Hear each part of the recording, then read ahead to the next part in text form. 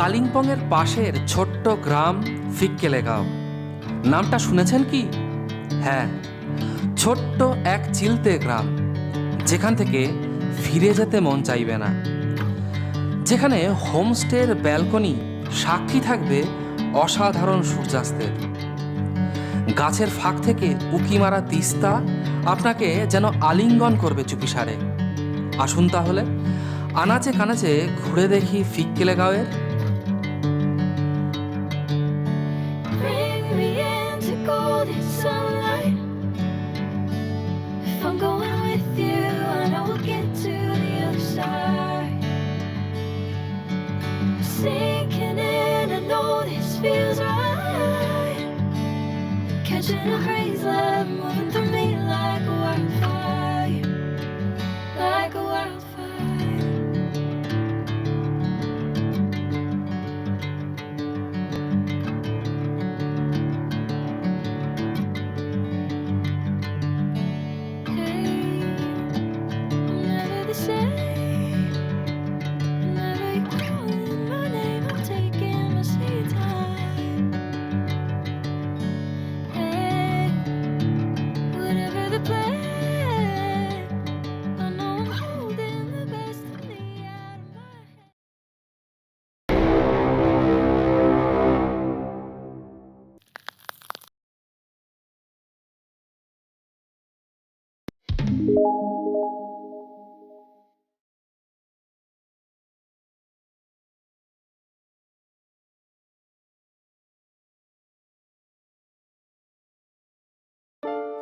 নমস্কার বন্ধুরা, চলে এসেছি নর্থ বেঙ্গল সিরিজের 5টি ভিডিওর তৃতীয় অর্থাৎ ফিক্কেলেগাঁওয়ের ভিডিও নিয়ে।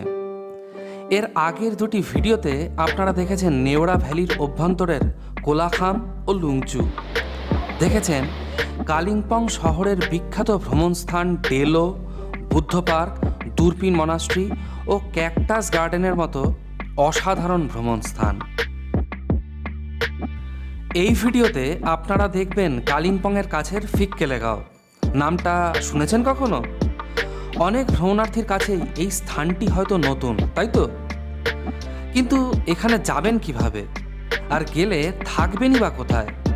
আর পুজোর সময় বা গরমের ছুটিতে উত্তরবঙ্গে যেভাবে ভিড় হচ্ছে ভ্রমণার্থীদের, তাতে ঠিকঠাক গাড়ি বা হোমস্টে না পেলে কিন্তু মহা বিপদ। তাই ভালোভাবে ঘুরতে আর ভালো হোমস্টেতে থাকতে আপনারা ফোন করতে পারেন ট্রাভেল এটার্নিয়াকে। মধ্যমগ্রামের এই ট্রাভেল এজেন্সি প্রতি মুহূর্তে যেমন আপনার খোঁজখবর রাখবে, তেমনই বুকিংয়ের সাথে সাথেই দিয়ে দেবে রুট চার্ট ও অন দ্য ওয়ে বিভিন্ন স্পটের ডিটেলস। কালিম্পং শহর ছাড়িয়ে একটু এগিয়ে ঠিক এখানেই একসময় কাটিয়েছিলাম 2টি রাত। এর নাম আলাগাড়া পিএইচই বাংলো। ভিডিওটি না দেখে থাকলে দেখতে পারবেন আই বাটনে ক্লিক করে বা ডেসক্রিপশন বক্সের লিঙ্কে ক্লিক করে। দেখতে দেখতে আমরা পৌঁছে গেছি কালিম্পংয়ের ছোট্ট গ্রাম ফিক্কেলেগাঁওয়ে। প্রথমেই এসে উঠলাম হোমস্টেটিতে। আশেপাশে 2-3টে হোমস্টে ও কয়েকটি বাড়ি নিয়ে তৈরি ছোট্ট গ্রাম। আমাদের ঘরগুলি বেশ পরিষ্কার পরিচ্ছন্ন ও টিপটপ। আমাদের ঘরের উপরে আছে 4 শয্যার 2টি ঘর ও একটি বড় ব্যালকনি, যেখান থেকে বসে বসেই আপনি দেখতে পাবেন কাঞ্চনজঙ্ঘার উপর সূর্যোদয় ও সূর্যাস্ত। এই ট্যুরে আমাদের নাইট স্টে তালিকা, কজন মেম্বার ছিলাম বা মাথাপিছু খরচ সবই দেওয়া থাকলো ভিডিওর শেষের দিকে একটি স্লাইডে, তাই ভিডিওটি পুরো দেখতে একদম ভুলবেন না। দুপুরবেলা ডাল, ভাজা, তরকারি, ডিম, চাটনি দিয়ে খেয়ে আমরা একটু হেঁটে দেখতে বেরোলাম গ্রামটা। শান্ত নিঝুম পরিবেশ। এই গ্রামের মধ্য দিয়ে হেঁটে বেড়ানোটাও একটা দারুণ অভিজ্ঞতা। পাহাড়ি রাস্তা বেয়ে বেশ খানিকটা হেঁটে আমরা এলাম একটা দারুণ স্থানে, যেখান থেকে দেখা যায় তিস্তার আঁকাবাঁকা গতিপথ। এটা অসাধারণ এক্সপিরিয়েন্স।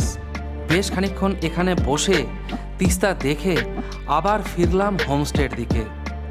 সূর্যাস্ত দেখতে হবে তো।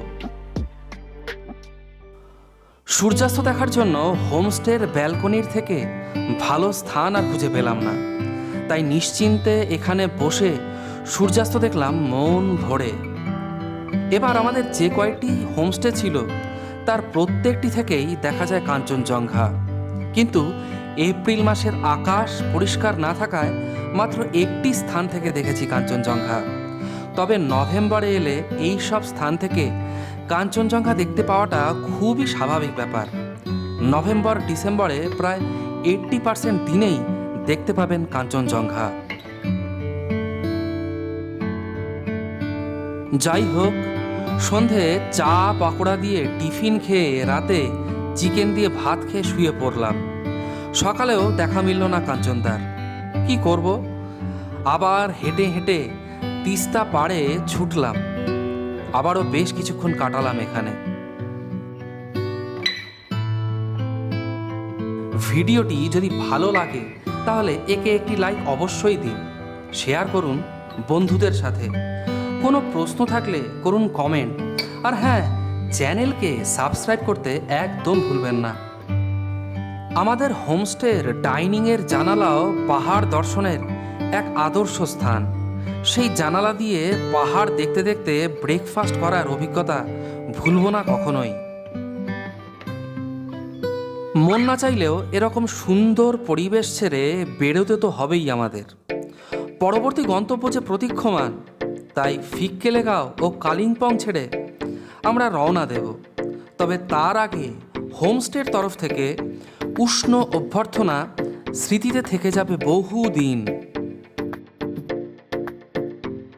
আমাদের এইবারের উত্তরবঙ্গ ট্যুরে রাত্রিবাস ছিল লুংচু, ফিক্কেলেগাঁও, তাকদা ও দাওয়াইপানিতে। আমরা মোট 6 জন ছিলাম এই ট্যুরে। ট্রাভেল এটার্নিয়ার সাথে করা এই ট্যুরে আমাদের একটি 4 বেডেড রুম ও একটি ডাবল বেডেড রুম দরকার ছিল। দিন সংখ্যা ছিল 4 রাত 5 দিন। গাড়ি পেয়েছিলাম জাইলো। মাথাপিছু খরচা হয়েছিল 7,950 টাকা। যাই হোক, আজকের ভিডিও এ পর্যন্তই। ভিডিওটি যদি ভালো লাগে তাহলে একে একটি লাইক অবশ্যই দিন, শেয়ার করুন বন্ধুদের সাথে। কোনো প্রশ্ন থাকলে করুন কমেন্ট, আর হ্যাঁ, চ্যানেলকে সাবস্ক্রাইব করতে একদম ভুলবেন না। তাহলে খুব ভালো থাকবেন আপনারা। ধন্যবাদ।